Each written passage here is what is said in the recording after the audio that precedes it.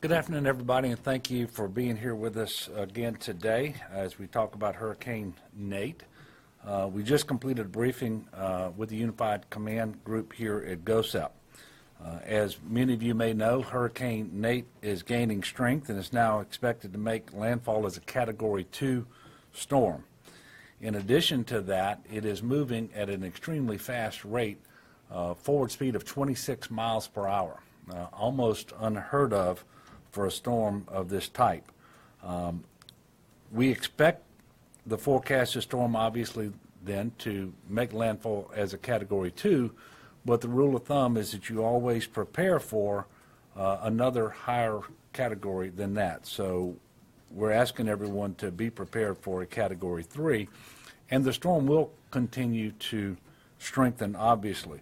The forward movement is limiting its ability to draw that energy from the warm waters, and that's a good thing. The other good thing is it's going to hit and move through our area at a relatively fast rate, limiting the amount of time it's going to drop rain and so forth. But this is a very dangerous storm nonetheless.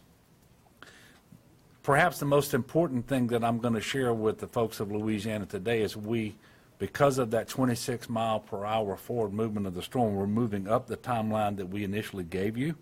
We are strongly advising that everyone be where they want to be to ride this storm out by 3 p.m. And by that time, they should be properly supplied and have what they need to make it through the storm. I also want to advise everyone who is in a mandatory or voluntary evacuation area that has been called by their local authorities. Every area that is in under evacuation order, there is a shelter open in your parish. So if you have any needs related to transportation, or if you have questions as to where the shelter is open, please call your parish Office of Emergency Management. I have been in contact today with Brock Long, the administrator of FEMA, and I've talking to him several times. And also this morning at a little after 7 o'clock, I spoke with President Trump, who called to check on things here in Louisiana to let me know that FEMA and the entire federal government were ready and prepared to help Louisiana in terms of this storm. With respect to the president, we also very much appreciate the fact that last evening he signed a pre-landfall declaration for the 17 parishes in South Louisiana that we had requested a declaration for. So we very much appreciate that. We will experience tropical storm force winds at the mouth of the Mississippi River today at 4 p.m. We expect the eye of the storm to make landfall in that same area at approximately 7 p.m. today. That's why we're moving up the timeline. This will remain a night event. It is critical that everyone who's been told to evacuate or would like to do so, that they do it now. Do not drive after nightfall in those areas where we're expecting the impacts of the storm. It is very dangerous. Storm surge, and I'm going to go through that in just a minute, will actually be slightly elevated beyond what we anticipated yesterday because of the strengthening of the storm and the differential in the wind speed that they're expecting, which is about 12 to 15 miles per hour stronger today on the forecast than it was yesterday, and that's going to drive those storm surges up. But 3/4 of all fatalities related to hurricanes happen because of water. And we don't want people driving at night. It's especially difficult at night because it's almost impossible to gauge the depth of the water and the current. So we're asking people to be mindful of that, and that is also why we're really driving people to be where they need to be by 3 p.m. today. The storm surge tonight will be extremely dangerous. In the Wrigley's, it'll be 9 to 11 feet. In St. Tammany Parish, it'll be 4 to 7 feet, generally speaking. Other areas around Lake Pontchartrain, 3 to 5 feet, and on Lake Maurepas, 1 to 3 feet. We're still expecting 3 to 6 inches of rain, so this can fall very quickly, however, and you can have ponding even though the total rainfall is not expected to be, very heavy. If it falls in a very short duration and with intensity, you can have ponding from rain. But most of the water that we're going to see will be because of storm surge. And obviously, no one should take this storm lightly. It has proven to be very deadly in Honduras, in Nicaragua, in that area. So we have to make sure that we are not taking it lightly. We are still very concerned, and no one should be complacent. I would also remind individuals that 1/3 of the time, storms make landfall outside of the cone of the forecasted track. It is possible that this storm will shift either to the east or to the west. The most recent update actually had it shifting back to the west slightly. So we have some degree of confidence in the forecasted track, but it is obviously subject to change. As you are preparing, everyone should secure outdoor furniture, loose debris, garbage cans, and the like to make sure that they do not become projectiles during the high winds that we anticipate receiving. I also want to let people know that the Flambeau Fest at the Lamar Dixon in Gonzales has been canceled for today, and I appreciate the organizers working with us to ensure everyone's safety, and I support their decision to cancel that event today. The event will continue as planned tomorrow. Doors will open at about 10:30 a.m., and the show will go on as scheduled. Based on the speed of the storm and the rate at which it should leave our area, I expect everyone will have an opportunity to go out and safely enjoy that show tomorrow. I do encourage everyone, if you haven't yet done so, go to getagameplan.org for information on how to make last-minute preparations. You should also visit emergency.la.gov for important updates. And for real-time information on road conditions and closures, please go to 511la.org. That's 511la.org. We will plan a briefing tomorrow following a meeting of the Unified Command Group here at GOSEP, and we'll give you more information on that. Before we take questions, I'm going to ask Secretary of State Shedler to come forward with some announcements related to early voting, and then we'll come back and take questions that could be directed to Secretary Shedler, myself, or to any of the individuals who are behind me. Thank you, Governor, very much.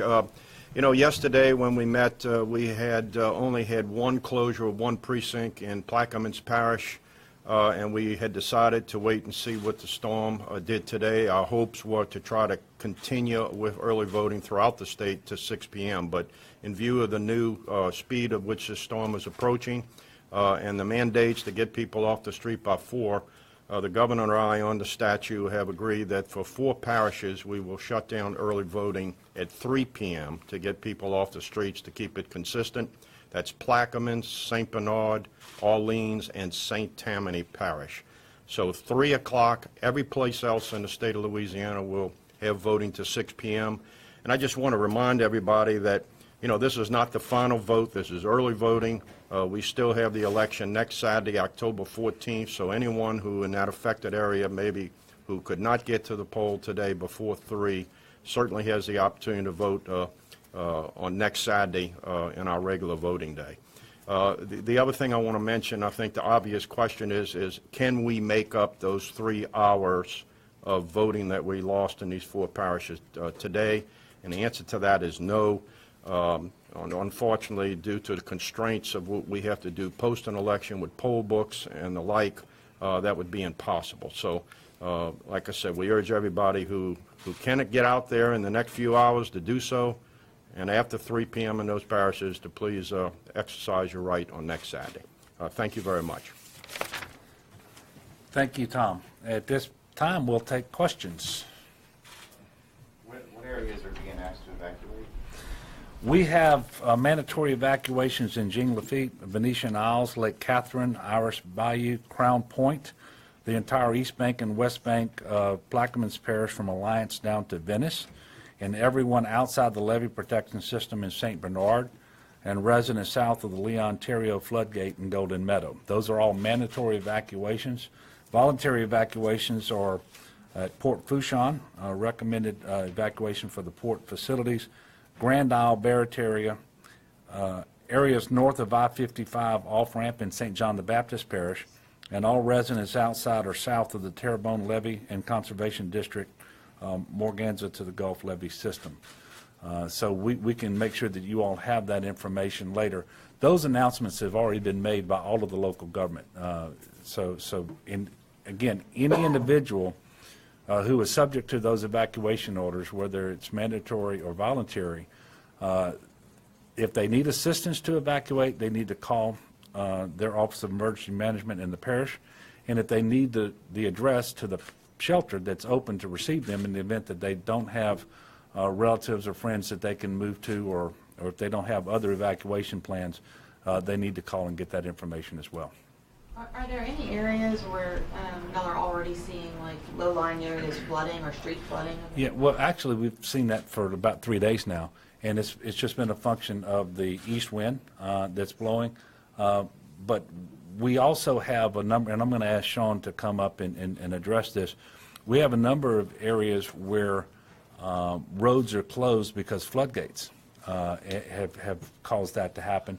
So it's a function of the closure of the gates and standing water, which will only get worse over the next number of hours. But Sean?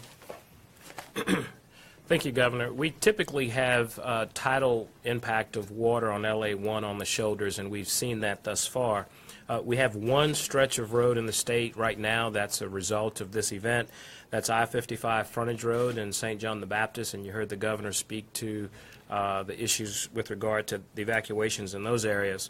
The other areas that we've closed have been closed because of the floodgates preventing folks from getting there. And so in St. Bernard, you have LA 46, US 90, LA 300, LA 624, and LA 625, all in St. Bernard. And in Jefferson Parish, you have LA 45, and in Orleans, you have US 11. Portions of that road are closed as well because of the floodgates, not because of water intrusion as of yet. But as the governor said, with this being a night event, the potential for water rising because of the high tide and the storm surge, we want to encourage everyone to please go back to 511 at .la.org and make sure you are paying attention to the most recent real-time closures. And motorists should understand that they may well get to an area of a road that has standing water before someone from state police or the local parish sheriff's office or so forth, or DOTD. So it may not be marked as a high water area, or it may not be closed. That's why we're asking everyone to be very, very cautious and reminding them that 3/4 of fatalities have to deal with water, and when it comes to these types of storms. And in recent history in Louisiana, that has mostly been because of motorists going into water, not knowing how deep it was or how fast the current was moving. That pre-landfall emergency declaration, what does it mean for a parish like Livingston or Assumption in our area?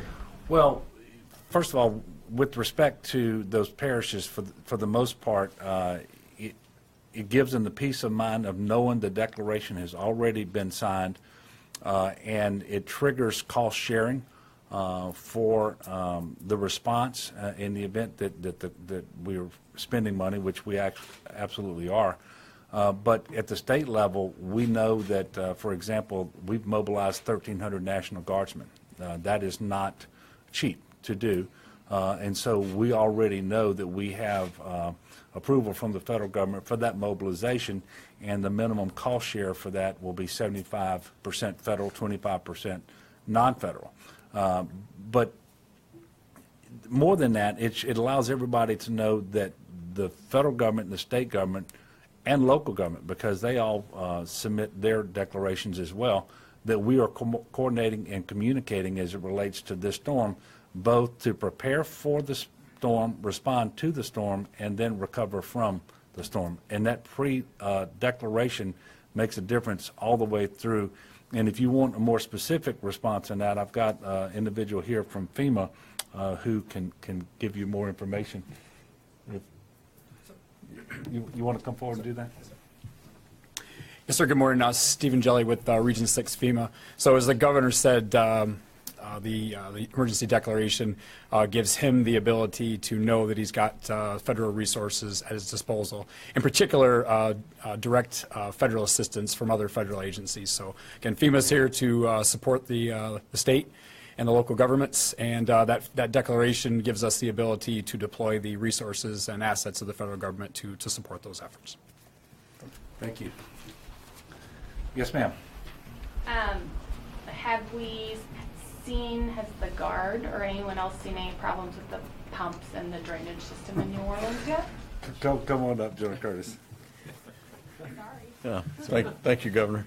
No, we our monitors are out working with the Sewage and Water Board, but for me, it's a negative report, meaning there is no report, so I'm not aware of any issues as of now.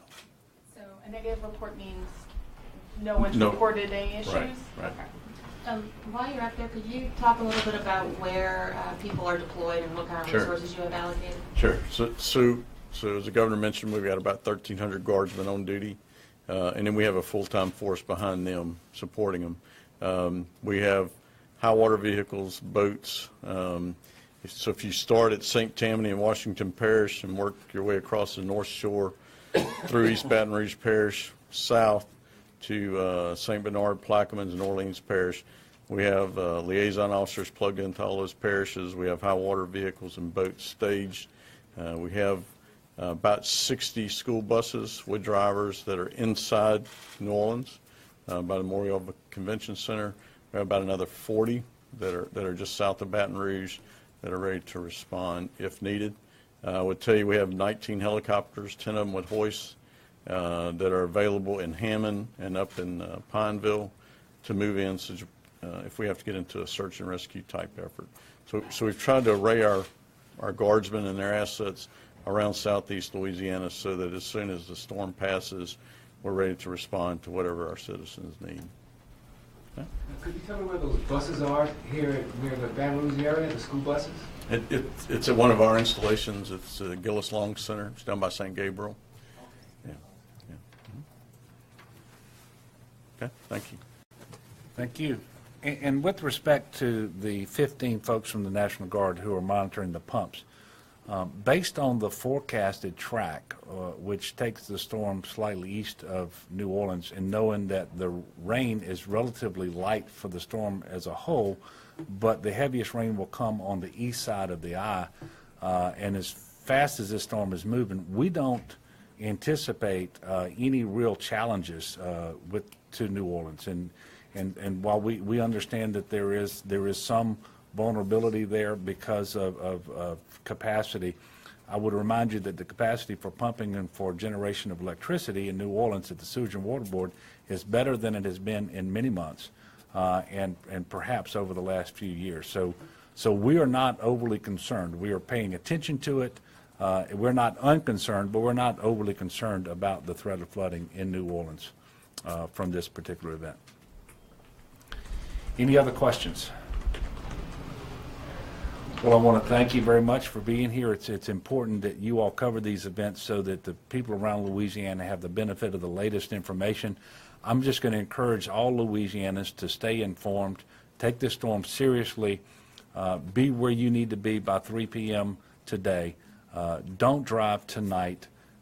You expose yourself to a risk of harm, and any first responder that would be dispatched in order to render assistance is also going to be exposed to a risk of harm that should not have to happen. So be prepared, offer a prayer, and we will ride this thing out. I really believe we're in relatively good shape, but no one can afford to underestimate the power of this storm, which has already been deadly elsewhere. Thank you very much.